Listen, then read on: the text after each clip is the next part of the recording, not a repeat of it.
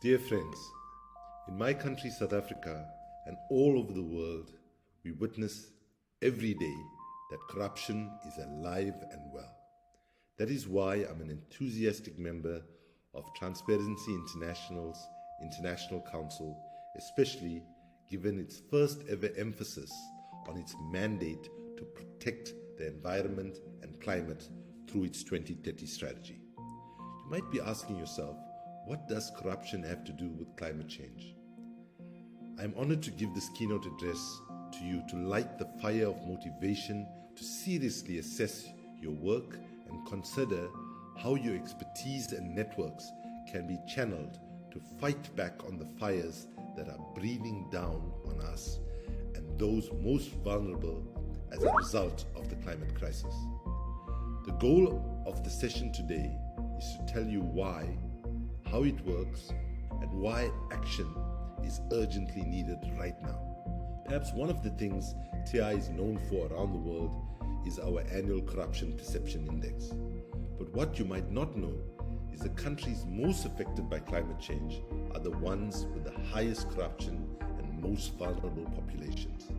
This has serious implications for the effectiveness of climate change funding, as our next speakers will explain. In short, funding has a tendency of disappearing in the pockets of a few. Without immediate action on the climate crisis, a large fraction of the estimated $600 billion annual investment in green and climate initiatives will be stolen, misappropriated, lost, and poorly managed to the extent that climate projects around the world will fail to produce the urgently needed impact. The climate emergency we already face will remain almost insurmountable if this situation is allowed to continue. Corruption in climate change funding is seriously constraining progress towards fulfilling the Sustainable Development Goals. The current failings and weak governance in climate financing will decide the fate of the beautiful ecosystems around the world. All progress made thus far is threatened if no action is taken to ensure a just transition and protect efforts to combat climate change from being diluted by corruption.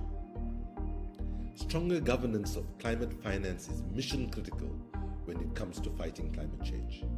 In recent years, the world has witnessed a vast increase in climate adaptation or mitigation funding, perhaps not as much as needed, but certainly a big increase.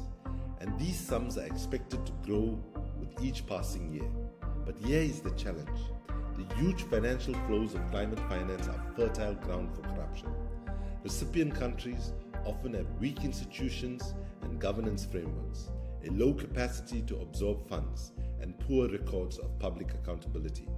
In some countries, climate finance is diverted and lost to corruption schemes.